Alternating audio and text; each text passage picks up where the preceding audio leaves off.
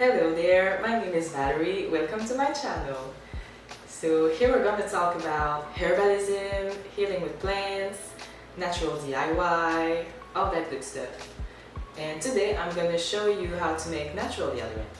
I've been doing this exact recipe for over 2 years now. It's really easy, really efficient.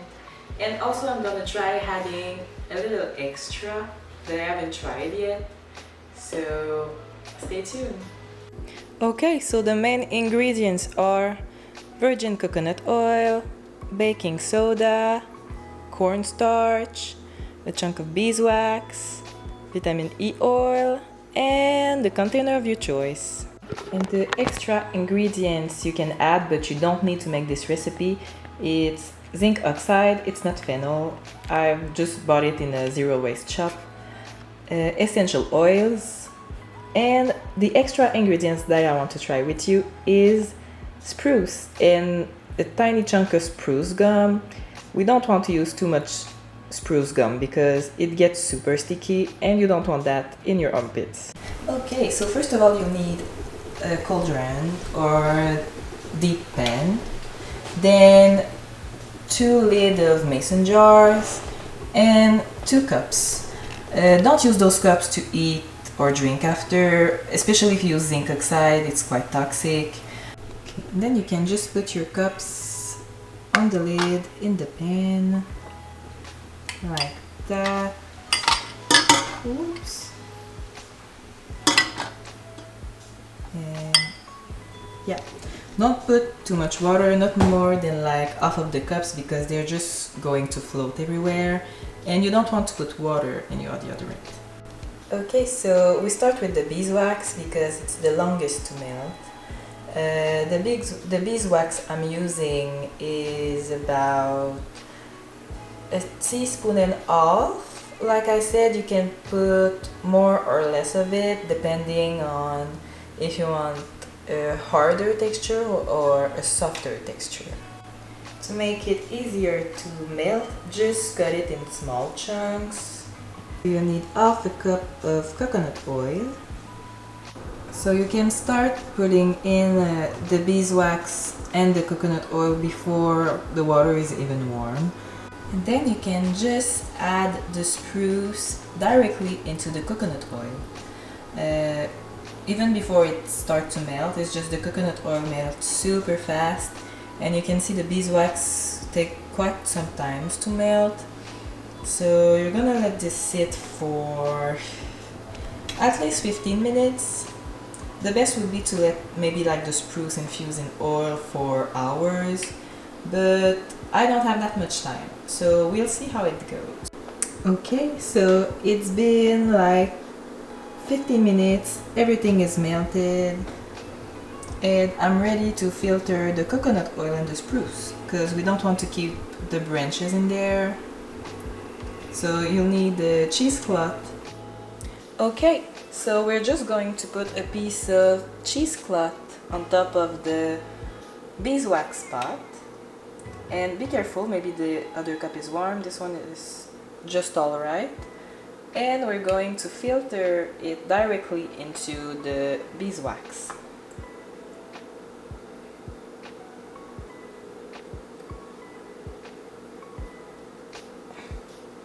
Every last drop of it.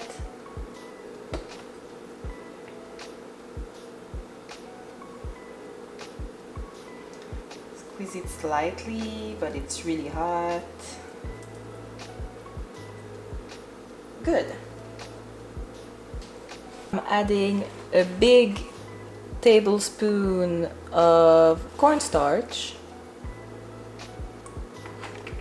with the mix.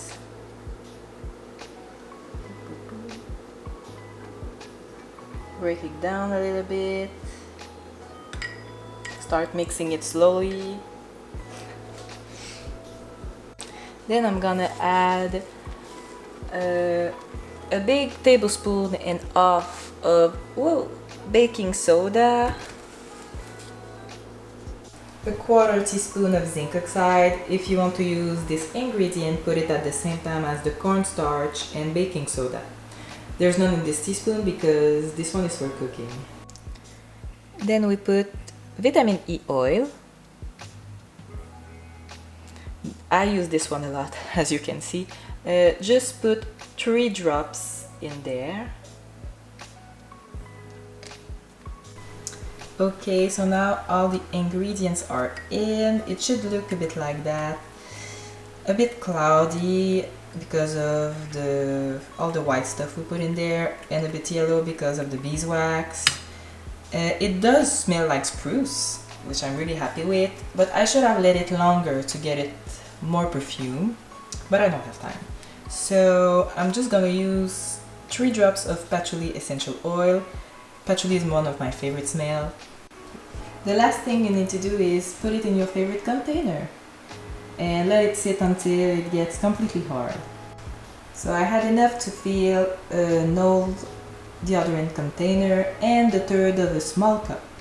Let it cool down completely on the counter for maybe 2 hours.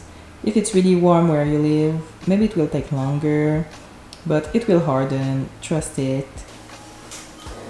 Okay, so now we're gonna go more in depth about the ingredients we're using. Why are we using those and what are their benefits? So let's start with our base. Coconut oil. Coconut oil, I use virgin cold pressed coconut oil because it gets more its property than more heavily transformed oil. Its benefits are being an antifungal and antibacterial. So the reason why sweat smells is because of the bacteria and the toxin release while we sweat. Sweating is a normal process. We need that to get rid of those bacteria and toxins, but we don't want the smell. So this is why we're using this. It's also soothing for the skin, it's nourishing for the skin and protects it.